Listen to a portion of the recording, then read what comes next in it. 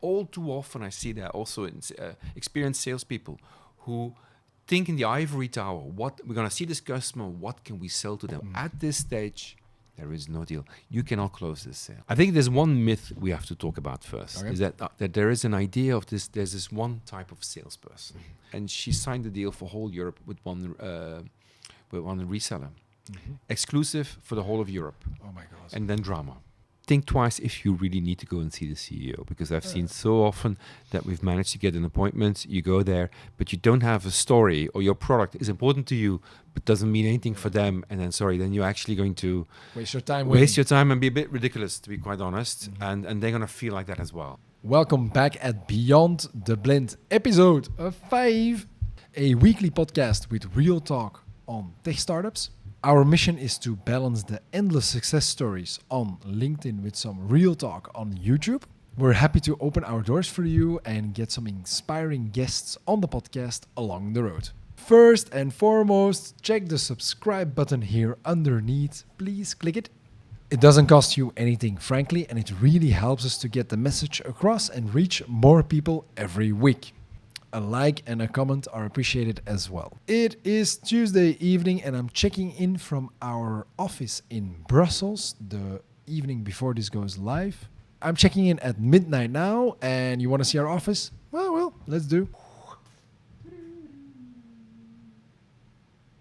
I'm jumping in here with a quick intro.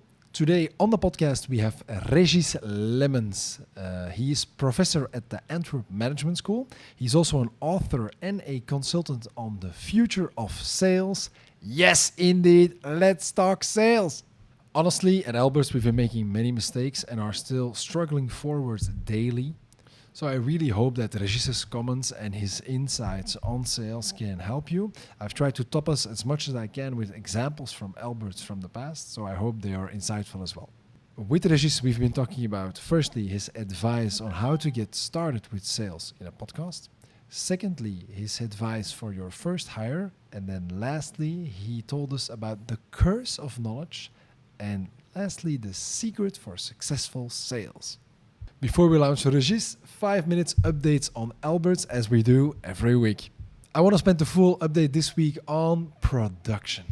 Yes, indeed, production is super important in a tech hardware startup, and I want to start with a clip of Mr. Elon Musk himself.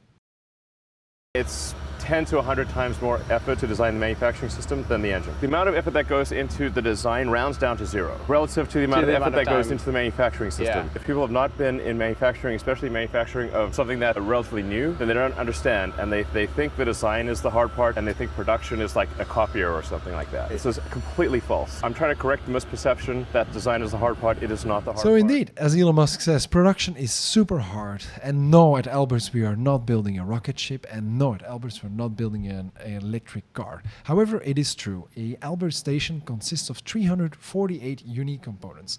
Not only they have to all be correct, not only they all have to be ordered, you have to find a supply chain network, and you have to find a clever way to get this all assembled together. So this is a lot of work.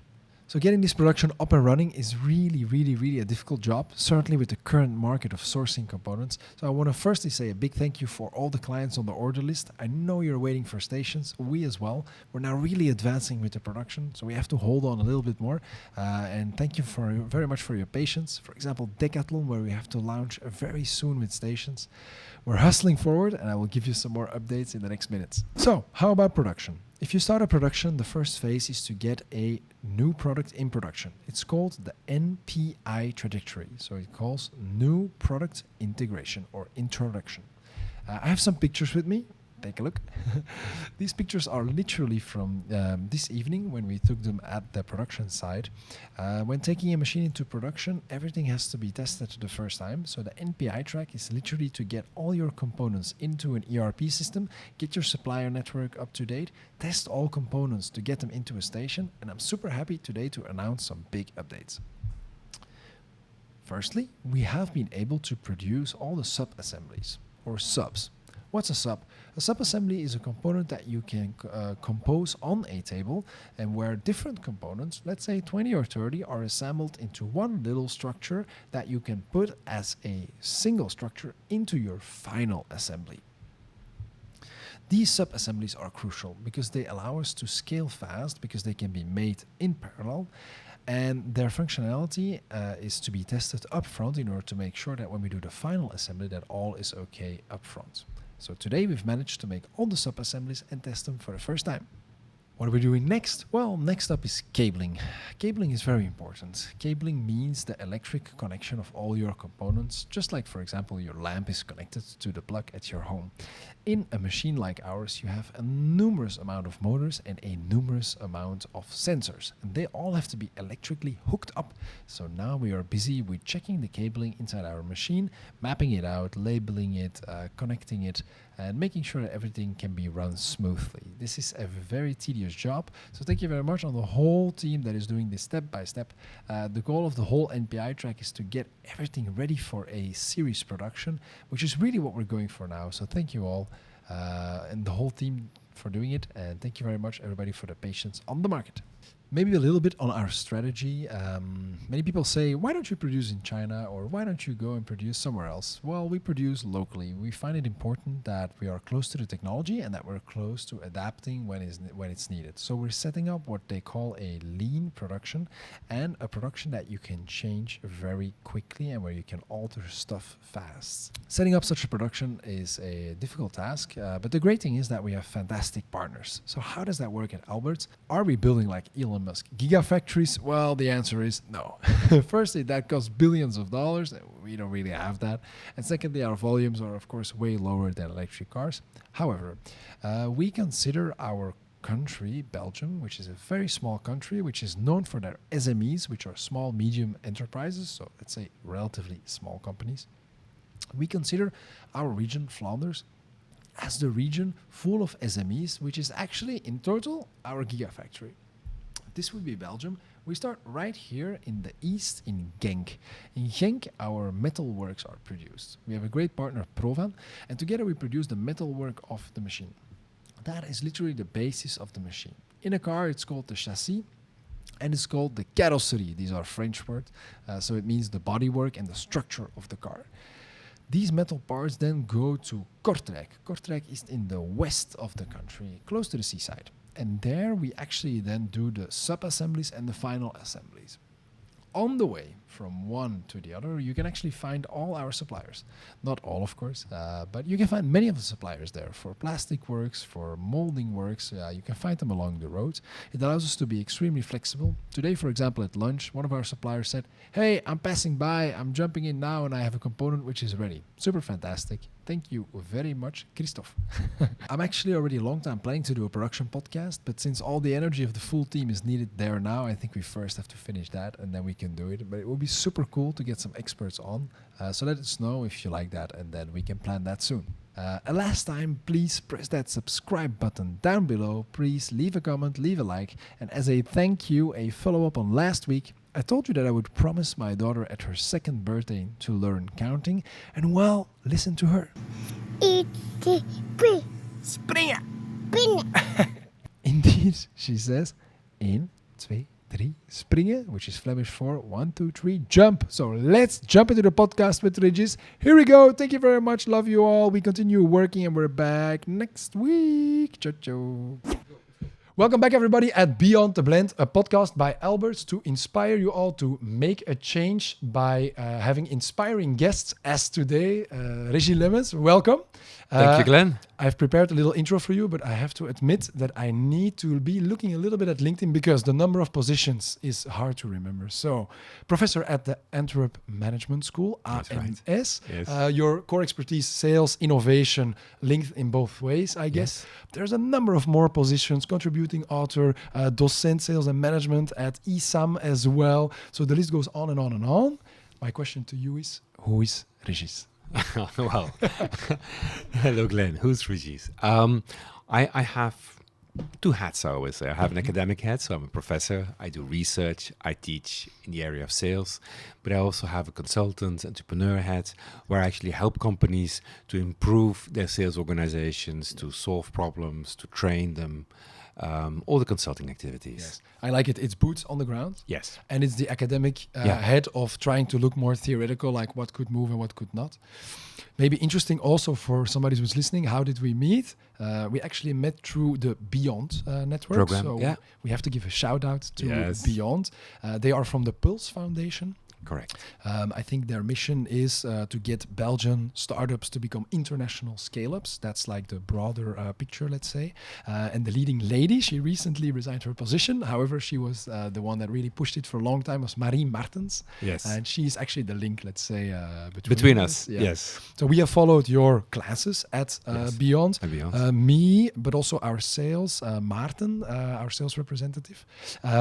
So that's how we have met, let's say. I think my first question for you would be, in a tech startup, Yeah.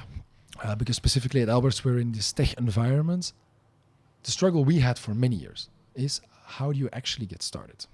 Because you're developing that new technology, you want to go to market, your product's not ready, you're building the team still. In the beginning, you have nobody. It's like you, one or two co-founders. And so the main struggle we had for a long time is how do you get started? And I think it might inspire people to know a bit from you, both from the academia as from yourself doing Yes. it. How do you get started? All right. Well, I'm asked that question quite often by startups. How do we go? When do we start selling? Yeah. And I always tell them my story. And my story, as well as when I was 31, I started my PhD. And I contacted 80 companies to actually tell them, look, I'm doing this research. Are you interested to contribute, to collaborate? 20 companies contacted me, responded, and said, yes, we're interested. And 3 of them actually went further and said, well, we'd like you also to be consultants to work with us. And that's only 3. 3 of them, yeah. Only 3 of them. And that's how actually I started up as a consultant. Yeah. That's where I said, okay, we need a company, we need to set this up. And that's how I started working as a consultant. That's how the business actually grew. Okay. So I tell that story because it's a story where I didn't go out to sell anything. I went out to tell a story. I'm busy with this. This is interesting. I think you should be interested in it as well. You share. And you inevitably, you meet people who share the same passion. You exchange and, business comes from there. Yeah. So that's the story I always tell to startups. And something you should never forget is, and I can tell this now because I'm now recently became 50. Okay. So once you get We're over looking 40, fantastic, by the way. Thank you very much. We do our best. We do our best. No, but once you get to a certain age, you feel this urge to also give something back. Yes. Okay. All right. And usually tech entrepreneurs, tech startups, they're young people. And I said, well, don't be kind of scared to contact all those people in big posts, in big companies. Those people usually are over the 40s, and they have, most of them, this urge to help others. Yeah, to give something back, let's say. Of course, if you contact them and you tell them, I want to sell you something, that might not work. But if you contact them and you just tell them, look, we're busy with these ideas, we're looking for people with experience, and we want to exchange ideas, you usually get a warm welcome. 100%. And that works. 100%. And if it's a good idea, if they're passionate, if everything works out, they might become your first customers. Yeah. So don't go out to sell, go out to contact people, create your network, and that will work. Yes. And when I look back, so Albert's, the idea was 7 years ago, right? Yeah. It was pure idea, just in the sofa, literally, or in New York, actually. But when I look back, what I take out of it mostly, and what I can say that from our experience, which is only N is one, right? It's only one experience. But what I can see that time and after again, when we got something which was critical in our track, every time it was when we were outside of the door. It was never when I was behind my desk and when I had this fantastic new idea. No, the most critical things were when we were outside. And I struggle with it actually because I always have my first idea is always I will lose my time. I have to drive to that event. I have to be there all the time. There is still a show. Then there is a drink. There is a dinner. I'm only with 8 people at the table. So it's only 8 people I actually really can talk to. Usually you talk actually to the people you already know. So it's actually a waste of time because you don't meet new. So these are all thoughts before I go. But then every time when I come back, I think, you're happy you did it. Oh, damn, okay, I'm happy I did it, yeah. And that asking for advice, that's fantastic advice, no pun intended, really. Yeah. The giving, and maybe to add one thing, I've learned so much from the power of LinkedIn there. Because it's so easy to connect with almost whoever. Everybody. Yeah. Almost, okay, you will not reach Bill Gates, I think we can agree, but any CEO of a mid-range company, you will reach. Absolutely. Like and you get appointments. Yeah. You get to meet them. Yeah, just don't go out aggressively sell to them. Go out, exchange ideas, and it will come. Yeah. And this is something I also share with my students, because in the Master of Innovation at the Antwerp Management School, they're all working on their own project. Okay. And one of the things I tell them, and I show them a video, is a TEDx video of Guido Stumpf. He's a professor in design thinking in the Netherlands. And he has a TEDx, and it's kind of an interesting, he presents this exercise where he gives all his students a coffee filter. And then he puts them into groups and says, this is not a coffee filter. So what is it then? Well, you have 15 minutes to come up with an original idea. Okay. And I've seen the results of some of these things. It's kind of original. But what he does, and that's the interesting part, is after they presented their original idea, he asks them who came up with the idea. Ah, okay. And this is interesting because that's the point he's trying to make, is that very often people say, well, I came up with the idea, but in response to what she said. And then she says, yeah, but I said that because he said this. Yes. And the conclusion out of this whole exercise, and that's the point he's trying to make, is that ideas don't live in us. Idea lives in between us. So it's through conversations that we discover them and that we bring them to the surface. Yes. And I think that's an important one as well in sales. All too often I see that also in experienced salespeople who think in the ivory tower, what we're going to see this customer, what can we sell to them, what can we no, And they make their own strategy, let's say. Go and talk to them, tell them that you just come to talk, not to sell. You know, and you will get ideas. It does work like that. So I tell that my students, and when they're stuck, halfway down the year on their projects, very often is I ask them, well, who did you meet? Who did you speak to? And it's very few people. And I said, you're back into the ivory tower. Exactly. You're making that same mistake again. Go out, talk to people. You'll get ideas. It will work. Yes, and maybe a little bit free ride outside of sales, but I even have that.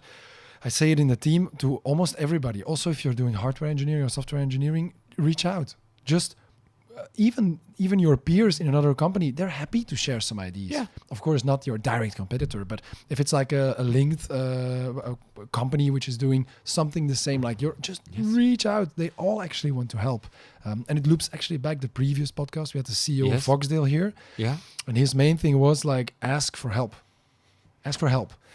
In general, not to sell in his case, but in general, just ask for help. So I totally... People will help. Yeah, exactly. And then the network of these people also open up. Because if they say, actually, I have a friend, and then it starts. And that guy, or I know a lady, and then you loop further. Okay. So I remember from what you said, gets outside of the door, ask for help. Okay, it's a good start. But then you said... And if I can share one more story. Yeah, please. How do I got here today? It's Marie. I was speaking to Marie. About, we need to do some promotion. It's holiday. Yeah. What could we do on LinkedIn, on social media? And Marie says podcasts. She thinks about you. And next thing you know it, and it's a week further. Exactly. It was last week. And this week, here we're sitting. Yeah, I think first contact was Monday, I think. Yeah. Monday, yeah. And then Tuesday we were on the phone in the car. And bam, it's now Friday, lunchtime. Yes. And we're doing it here. Yeah, fantastic. So, okay. But I have a struggle because I try to practice now to always get outside of the door, start talking. Talk to people. But the problem is, how do you then turn into sales? Because it is so easy to keep talking. And we now have conversations which last for literally already 2 years. Of course, new technology, so it needs to be ready. We did first tests. But how do you then at a certain point convert to that mindset of, okay, let's make a deal? All right. There's several elements we need to discuss when we answer this question. Okay. The first element, and that's personal experience as well, because before starting my academic career, I was in sales and IT sales. One of the things I noticed, when you come up with a new innovative product, you raise a lot of curiosity. Most companies out there, they want to know about all the products which are available on the market. So they're curious. And the problem is, in a mature market, when you get easily meetings, it means there's a real interest. However, in the new emerging market, that is not necessarily interest. That's curiosity. And unfortunately, that's very often what we see is that, we have got all these meetings. Yes, you have them, but they're not going to buy from you. Huh? Yes, exactly. They are curious. They want to know that what's out there, what's happening. So be always careful when you are trying really to close business to really understand, am I actually just continuing a discussion with a curious company? Exactly. And and I feed them with information, or am I actually progressing? Are we making steps towards anywhere closing a deal? And the difference, and in my courses I explain to them, the difference between those two is that continuation is just the customer doesn't take any action. He just has another meeting. He brings other friends, and it's fine, and it's great. It's like one-way traffic almost. Yes, like, let's do another demo. It's cool. Let's come again. Yeah. You know. And I can imagine with smoothies. Yeah, let's come again. Oh, wait. Let's taste, and it's fun, and it's cool. And Voilà. But you're not getting anywhere. Yeah. So progress means how can you really ask for something from your customers that is a proof, a behavior, something that they do. Bring one of the managers in the meeting. Can you make a quote? What could you do that actually is a proof that we're not just continuing talking, we're actually moving forward? Yeah.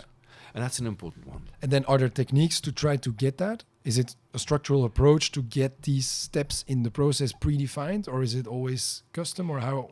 Oh, there are predefined funnels and processes, but let's be honest, each process I've seen is a little bit different. Yeah. Okay, but it's not rocket science.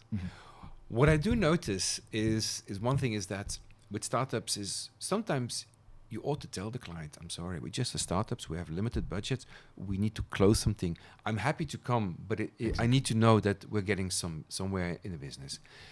Most companies will tell you. Will tell you. They will feel guilty if they're taking away. Don't worry about it. Most people have a moral compass, and they will feel guilty if they're.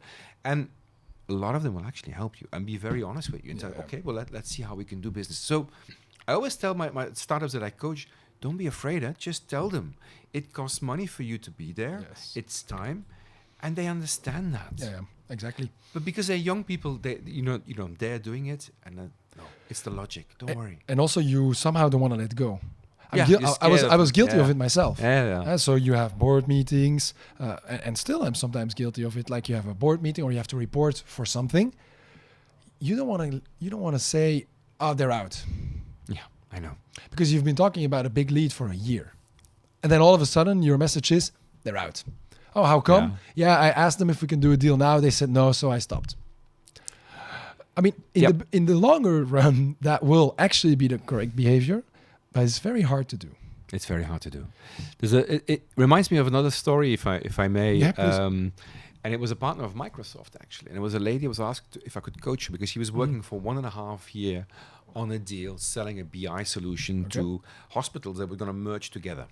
And they needed a new BI system, a new reporting system. So the need was definitely there. Everything was clear. And she'd been working on it for 1.5 years, couldn't close it. And so I coached her and I went through with her through this process. And I asked her at one stage, and that's an important question, is who is your sponsor? Who within the customer really wants you to close this deal? And that's a story, a question I always bring when I coach startups. And her answer was no one.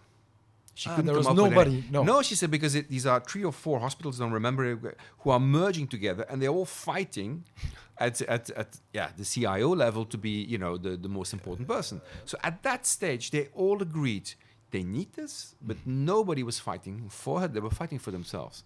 And so I had to tell them, I said, I think you have to let go. Oh, really? You're not going to close this deal. And really just cut it off. You have to cut it off, or in 6 months, call them again, see how things evolve. But at this stage, there is no deal. You cannot close this sale. Oh, yeah, that's so hard. It is difficult enough to close it when somebody really wants it at the other side, let alone if there's nobody. And I often do that. I remember with another company, I asked them to take the last 10 deals they lost and the last 10 deals they won. This was a mature business. And we went over it and we asked them for the last 10 deals they've lost, who was the sponsor for them? Who really was there? And the last 10 deals they won. And it's so obvious. They hardly had any each time they lost. Yeah. It was very often an RFP, a request for proposal. They just came in, they started to answer without knowing anything about the deal. Your chances are very, very small at that moment. Yeah. And so it stresses the point, guys, find the sponsor. Find somebody internally at the client who really wants you to win. Yeah. Yeah. And if you can't find that person, it's not going to happen. I'm scared for it, yeah. No, definitely I can share from our side, totally in the beginning of Albert. Literally the first trials we did with the first prototypes was with Carrefour, a very big supermarket chain. And the reason why, but that's also a danger then, and I really want to share that story because, so we've closed the deal with Carrefour. Yes. Okay. which was at that time, I mean, let's be honest, the product was hardly finished. I mean, I'm not even talking about the product. The prototype was hardly finished. We've closed a deal with one of the biggest supermarkets, I think, in the world, right? They must be one of the biggest groups that is out there. Mm-hmm. And why? Because somebody inside knew our co-founder via. So not too good, not like an uncle or not like a dad, just via. And he was really in love with the idea and with us and with our passion. Thierry was his name. We still, shout out to Thierry because he made it happen for us. So he sponsored us all the way through the building. And I mean literally the building, through the HQ. I mean, when we were getting started, we knew everybody. We knew the people at finance, the people at accounting, like marketing, he really dragged us through. But let's be honest, if he was not there, it would have never happened. Yeah. But that's the danger, is that actually our strategy that we took, to go into the supermarket, the retail segment, is actually defined because there we found the best promoter. Yeah. Looking back 2 years later, we decide to skip retail and go more for food service. So the danger is that if your go-to market is not super clear and you don't really know where your market is, looking back, we should have maybe have been a bit more careful with not going with the first flow. Because looking back, we needed to pivot to another industry, which was food service. Yes. Because it's in all terms more friendly for our solution. It's maybe a too long story for now, but the conclusion was, holy fuck, we actually followed the biggest sponsor we could find, but it also dragged us in a direction which we were just not ready for. We were not ready for it. We were in a supermarket, in a subway station, which was open from 6 a.m. to 10 p.m. Extremely busy, rotating personnel, people getting out and in 3 shifts. Yes. Impossible with our new solution. It was impossible. So maybe that's a danger, that you find that sponsor, but you have to be careful. Where does he take you to? Yeah. Because he can just take you in a direction. It's not your strategy. Yeah. Yeah, they absorb you.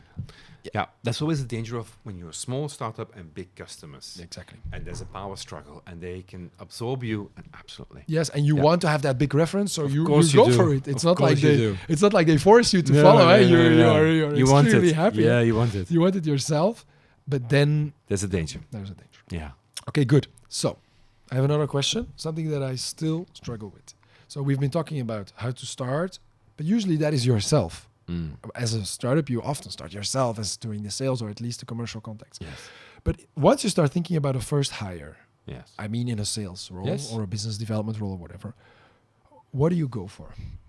Because honestly, all the stories I hear from co-founders of other companies, it was always a struggle. It was always a struggle to make them align with the founder, and it was always a struggle to somehow then find the market or do something. So what is most important in a general picture? Yeah. Not easy. All your questions are not easy. No, absolutely. But this is something that comes back all the time. Who is the ideal salesperson for a startup? I think there's one myth we have to talk about first. Is that there is an idea of this. There's this one type of salesperson. The guy or the woman who can sell everything, and she's the salesperson, and that's it. That is not true. It just doesn't. That doesn't exist. No, there are at least. Scientifically, there's been some research on it. At least 16 or 70 different sales positions, which require different personalities, different skill sets, different processes. So 16, 17. 16, 17. I accepted 5. No. There's more. So, in that regard, you can already say there is no one size fits all. Okay. And a story that I will share with you now is was a tech startup, was in Brussels, and they contacted me with this question. And the problem they had, that they recruited last year one of the top salesperson. Actually, it was the top salesperson from a large telco operator. Okay. Yeah, so top guy. He was already, in his 40s, a lot of experience, and would bring this in, and it's going to be fantastic. The investors were ecstatic about the new hires. This is going to be it. And a year later, it's not. No, nothing happened. Nothing happened. So why? So voilà. And was a question: what's happening? What And the salesperson itself, was really unhappy and really, also embarrassed about the situation. So everybody was really uncomfortable with the situation. Yeah. The thing I had to discuss with them, I said, well, there's a difference between selling in a mature market, which the telco industry is very much in. It's very mature, okay, and selling into a completely new market with new products. It's not the same sales, but it's not the same skills. It's not the same. It's completely different. Totally true. And that's where you get into problems. Yeah. You take salespeople who've proven themselves in a mature market and put them into an environment which doesn't work for them. Because they will take the same lessons learned from there, apply them here, it doesn't work. So one of the things, and I like to promote it because it was really great. It's a book that explains this. It's called Selling the Wheel. Okay. And it's on Amazon, and I really promote it. But the reason why is, well, just tell you the story. I was in London with my wife, and we were walking around, and she bought a book at Waterstones, and she wanted to go to Starbucks. And I felt like this is going to be a very long Starbucks. I better buy a book myself as well. And really, that was it. And I saw this Selling the Wheel. I thought, oh, well, this looks funny. Let's get it, I read it that weekend in London. In one go? Yeah, in one go. It was fantastic. It was just so good. It's a beautiful story because Selling the Wheel, it's the best invention of the world. It should sell itself. Okay. And it's a beautiful story of Max, which is not the best name I would have thought for an Egyptian 3,000 years ago, but that's the way he's called. And Max has invented the wheel and can't sell it. And so Max is told by the Oracle, you need to hire a salesperson. And Max hires all the wrong salesperson at the wrong time. And that's actually quite an interesting story. To learn what not to do. Yes, he explains, and you can just feel like, oh my God, yeah, we've been there. We've been there, yes. And what is nice, and I'll quickly tell you, in this case, they talk about four personalities of salespeople. And they start with a name I don't like too much, but that's okay. It's called the closer. So at the beginning, you need somebody who can close a business. Okay. Who understands the market very well and can take a product that is not mature at all, which is maybe a prototype, and get you a first contract. Nice. You need that person who can do that. Okay. Then, as soon as you get those first contracts, you need the wizard. You need the engineer who can come up and say, well, what else could we do with this? Okay. You know, and that's more the engineer type of sales. Who starts thinking outside of the box, let's say. And like, got great ideas. When the market then really matures, it's a relationship person who can building relate, because now you have competitors. Now everybody's producing wheels, and you got so you need to make sure that your customers are well secured. And then at the end of the market, when the market is truly mature, he called it the captain and the crew. Then you look at customer service. You look at the guy, the guy who can really liven up the space. That's actually very often the idea of a salesperson. Very extrovert, who can bring life to a party, and everybody's happy, and he focuses on service, and everybody will be happy, and we all like this guy. Okay. But he's the guy that they hired. In a startup. Now I get it. That's the problem. Now I get it. Yes, he's fantastic, but he doesn't know the market. He doesn't understand it. He is not the guy who's going to close those first contracts. Okay. That's not his strength. So you've taken him away from his strength. Both of you are unhappy, of course. I see. Okay. So that is more how to. So what do we then? Okay, so the profile is clear. So what do you? And let's say on a personal level. So this is clear. So skill set wise, needs to be somebody who can close. Like get you 3, 4, 5 contracts where you say, okay, now we can get rolling. We can report to investors about first sales. We can start building from there. But I also wonder on a personal level, what kind of skill set do you expect on a personal level? From a first sales. I'm also saying one advice I always give as well. So don't think that you're going to hire somebody who's going to come and is going to sell it for you. It's not going to happen. Okay. So best case scenario, this person will open doors for you. But you, as the founder, will still need to go in. You are the closer. I remember that from your course. Yes. But this is such an important thing because, so let's say in the startup world and in the founder world, there are like very contradicting inputs. So some say, stop selling as soon as possible because you're just a passion seller. You will not do it in a structured way. You will give way too much discounts or way too much flexibility because you just want to be nice for the clients. And you will end up with all crappy deals, which are all way too non-uniform. And in the end, you have just a big mess that your team has to solve. Like that's one thing or a big line of input that I often get. The other one is like, nobody can sell the product as good as you, so keep doing it. But then at the other hand, you also need to make sure that your team is running, your business is running, your tech keeps developing. So, okay, where to then focus? Because that is main important thing. Focus. How to do that then? But so what you lean definitely towards the last point, and like stay involved. It's a mixture of both. In the beginning, in the early stages. Okay, one of the things, if you're really bringing an innovation, if your product is really new, we haven't done something, we haven't done smoothies in a vending machine, we haven't done that. Yeah. So will it work? I have no idea. Yeah. So there is a lot of uncertainty at the start, at the customer's level. So you need to bridge that uncertainty as quickly as possible. Okay. Who can make them feel more at ease? A salesperson or the owner? Or somebody who has his heart from the start, let's say. He's been busy with it. He knows it. He understands it.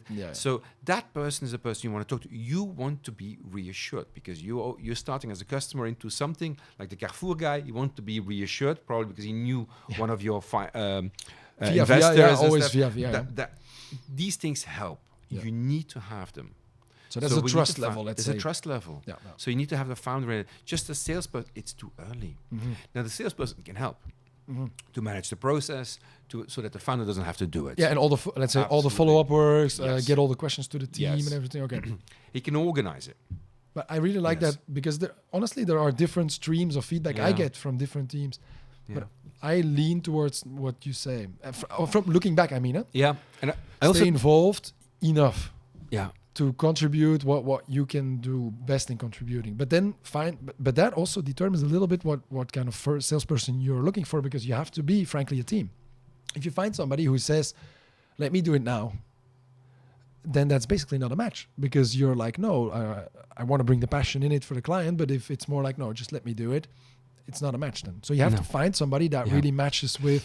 Yeah. Again, please, you have to take into account what's your product. Are you really innovating? Okay, a lot of startups have a new product, but within relatively well-known markets with relatively well-known technology. So in that respect, customers don't feel that big distrust or that uncertainty about what you're proposing, and then this might be a different setting.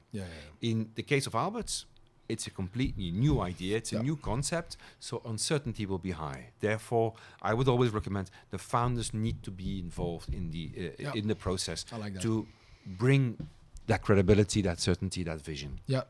And actually, if I look at what we're doing now, so now we try to get Alberts towards first international steps. So this week I was in UK to be represented at the Tuco conference. It was also in the previous episode, some images. So if I look there, I feel that there I can have the most input from my side, because building that trust level with the partner this time. The partner is basically going to sell us to all these universities or all these, but building that trust level with the partner. And then the question comes, do you join that fair? Because actually the partner is doing it for you. But still there, I feel our input together with Steven, then our international sales, you feel it, that universities are like, okay, and who now made this? Oh, is this guy. And Steven is also in the team, and they're here representing both. It helps. Of course. For the first. But of course. And then after that, of course, we're not in contact with the University of Middlesbrough, or of course not. After that, like, we go away and we leave our partner doing it. But I feel it does make a difference. And it leans actually back. Okay, I have another question that I really want to know from you. Because we touched international. Yes. And I struggle with that. So the first question, I mean, my first struggle always was, when do you start selling? But you kind of helped there. But then the question is, when do you start selling internationally? Of course, every product is different. If you have an app and you throw it in the app store, okay, you're directly international. So that's different. We're in the hardware segment, or at least hardware connected to software products. So my main question there is there a general, let's say, even from academia or from experience, is there some advice on how do you approach an international kickstart or launch or test or pilot or strategy, or and when? Like, do you wait better? Do you better do it at the beginning directly, where you say, okay, no, rush ahead to 3 countries and see what's going best, or even 3 continents if you have the money, because it costs a lot. Voilà. So I think you've answered the question. Money answers. It's resources. Yeah. And it again, it depends also how far is your product in development. If you're still prototyping, then I would say don't go international at that stage. You're just going to strain your resources. So keep it here. And keep it here. If you can't make it locally, chances you're going to make it internationally are very slim. Let's be very honest. I assume most people know their environment. They know people locally. If with that knowledge you're not able to get kick-started, It's a problem. That raises quite some doubt. So I quite like, the oil drop, like start like that, and then you build and you expand. Spread it out. Okay. You spread it out, but you start with a core. Yeah. Okay. So that's the first thing. The second thing I always give as an advice, because what you often see with startups is that we're going to find a partner and they're going to sell for us. Yes. No, but that is so. And there are again two streams of advice when you listen to others. One say, don't keep messing around. What are you doing? Just focus on the product and let other people sell it. They are way better at it. And then other people say, no. You have to be selling it. You have to start doing it in the beginning. So much conflicting often. Yeah. Again, here we have to see the beginning. We have to see how much uncertainty hangs around what you're selling. All right. Very often, if there's high uncertainty around what you're selling, I would say then you first have to prove it yourself. Okay. Yeah. Go and sell yourself. Don't expect somebody else will sell it for you. Okay. All right. Imagine. Put yourself into the shoes of a partner. Yeah. They are selling your product, but they're also selling other products. They have to choose as well. Where are we going to put our efforts? Which product will sell the most easily with the biggest margin with the least effort? Yes. And if you're coming down with a very innovative idea that it's complicated, where trust has to be built, it's a long process and everything, they're probably going to end up saying, well, let's promote something else. And if we receive a request, then we will position it. Yes. And I've come across over the years a young lady, an entrepreneur, who developed a fantastic solution, and she signed the deal for whole Europe with one reseller, exclusive for the whole of Europe. Oh my God! And then drama. Of course, because they're not selling. They're not selling it. Why would they? Yeah, If there's demand, we will sell it. But if there's no demand, so we have other products which sell more easily and bigger margin. Before that day, their agenda was also full. So it's not like all of a sudden they. So she ended up having a whole legal battle trying to get out of that contract. But it was fueled by this idea: somebody else will sell it for me. So I always tell nobody's going to do it for you. No. You're going to have to do it yourself. Yeah. At least prove to them that this product, has interest. You can sell it easily in your country to that. Or sell it with them. Go with them, help them out. Yeah, but it gives me goosebumps about that lady, because I had at this table, it was standing 90 degrees stern, but at this table we had people sitting from countries, neighboring countries, let's say, who drive up with their Porsche, right? A lot of power, like that. It's not that startup friendly for each other. No. It's like, let's do a deal, and we sit there with paperwork, bam, in front of me, tops. Just give me, I'll sell this in our country. I can minimum do that many things. Come on, let's go. Allez, come. Are you ready? Come on, this is fantastic. And then start complimenting how amazing it is. Let's move forward. Allez, next week. Can we do next week a deal? Yeah. Oh my God. Yeah, so we didn't do that because it felt uncomfortable from minute one. We were also totally not ready for it, of course. No. But once you sign that, are you stuck? You're stuck. Don't do that. They're stuck for long. No, and you so much want to believe them. To be honest, you so much want it to be true. Of course. This is like wishful thinking. You're thinking like, oh my God, they want it. It will be amazing. Let's go. And have a big car, so they probably can do that. It's proof. It's proof. Yes. And then not. No. No. Fortunately. Okay, good. The last big topic I want to touch is how to push through in an organization to the top guy. Because let's be honest, all the deals we did, always somebody was involved. Bam. If it's not C-level, at least a level of somebody who really has power and has a team. So often we struggle with that. When I look back about the previous topic you touched, I think I know what you're going to say, but I first leave it with you. How to get to that top guy, how to go to the CEO and get his attention and make sure that they can push it through. Okay. Well, the first thing I said, think twice if you really need to go and see the CEO, because I've seen so often that we've managed to get an appointment, you go there, but you don't have a story, or your product is important to you, but doesn't mean anything for them, and then you're actually going to waste your time and be a bit ridiculous, to be quite honest, and they're going to feel like that as well. Yeah. Like, why does this come to me? So let's be a little bit realistic here and see, okay, who really needs to make that decision? Okay. So it doesn't have to be the CEO. All right. So that's the first thing. And then, you start the point of reception now. Who wants to talk to us within a company? Who wants to meet with us?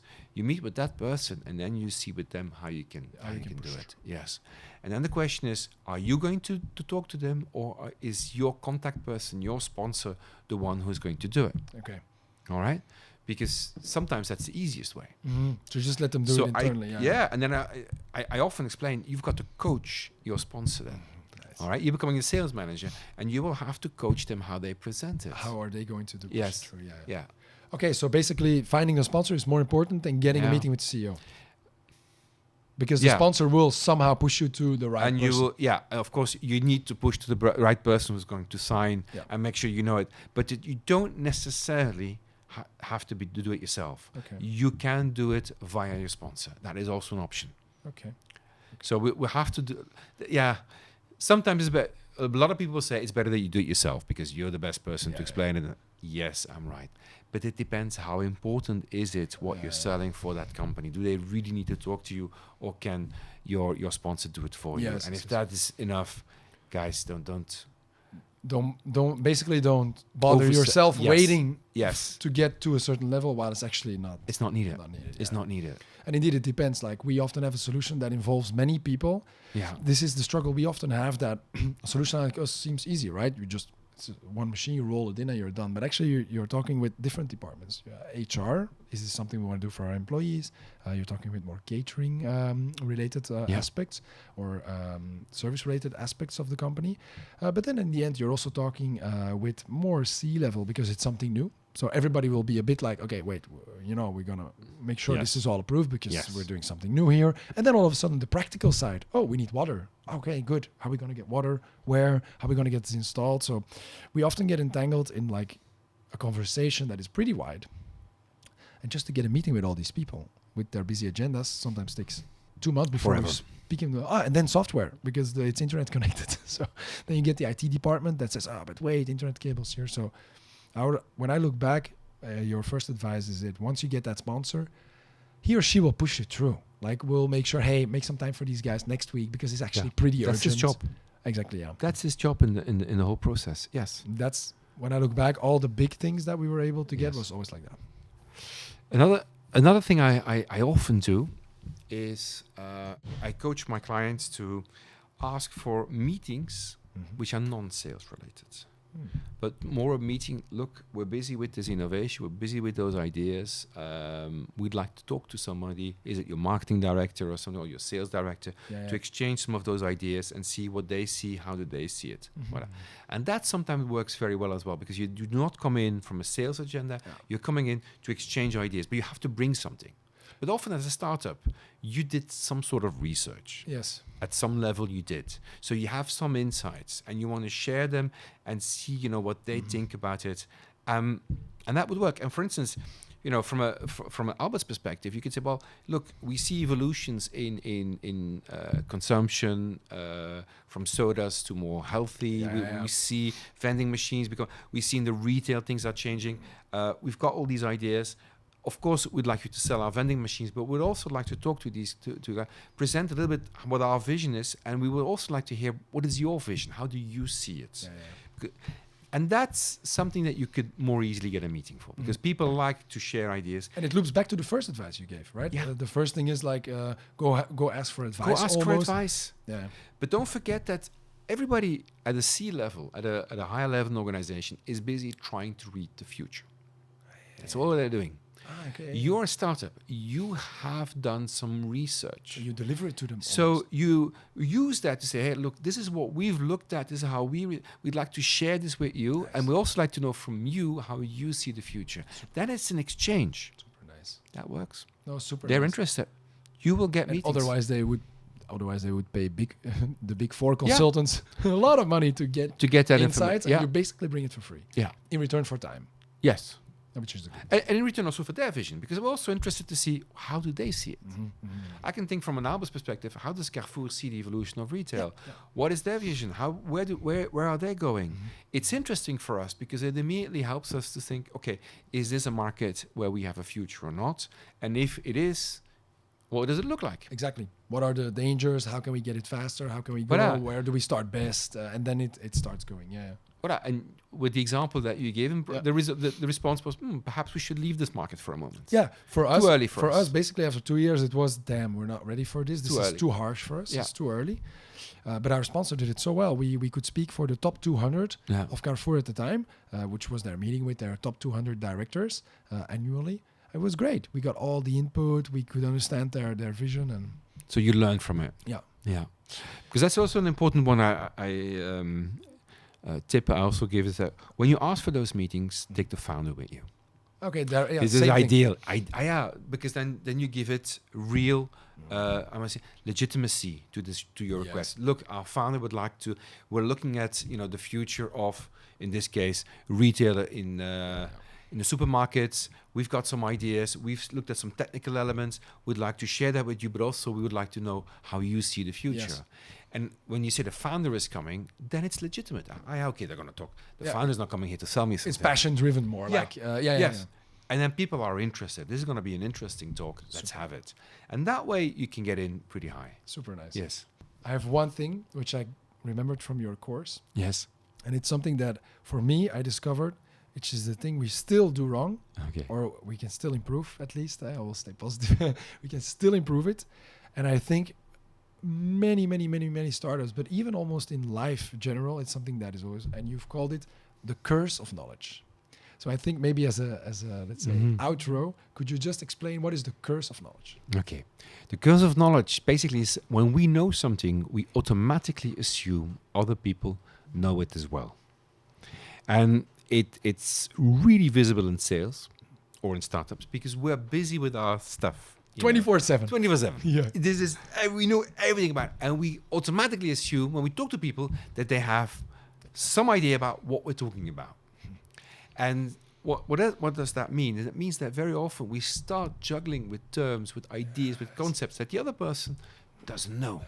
Or not even abbreviations. Really, yeah, of abbreviations. Like and that's almost the extreme. Like I got a bit. Yeah. I got an annoyance for abbreviations lately. Yes. Because all different fields want to act professional.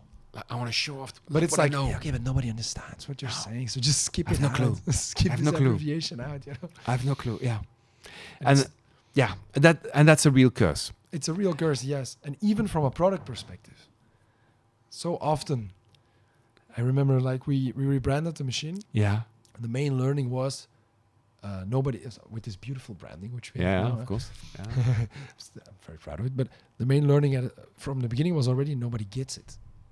For us, it's obvious. This machine will make a smoothie.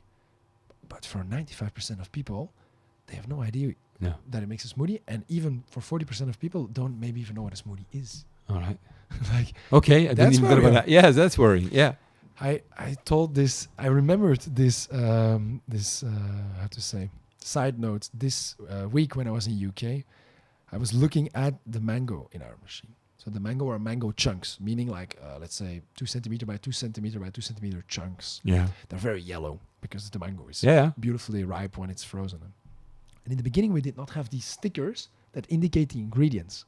Because we said it's bloody obvious, right? Uh-huh. It's a strawberry. Like, it's obvious. We don't need to litter our machine with extra information. We're going to keep it clean. We are 2 weeks in Carrefour. I am there to get feedback from consumers. And the consumer tells me, it was in French, but he tells me, I love the concept, but I just don't understand. Why do you have cheddar in your machine? And I look at him and I'm like, cheddar. And I look at the machine. I'm like, oh my fucking God, he thinks the mango is cheddar. Mango is cheddar. Yeah.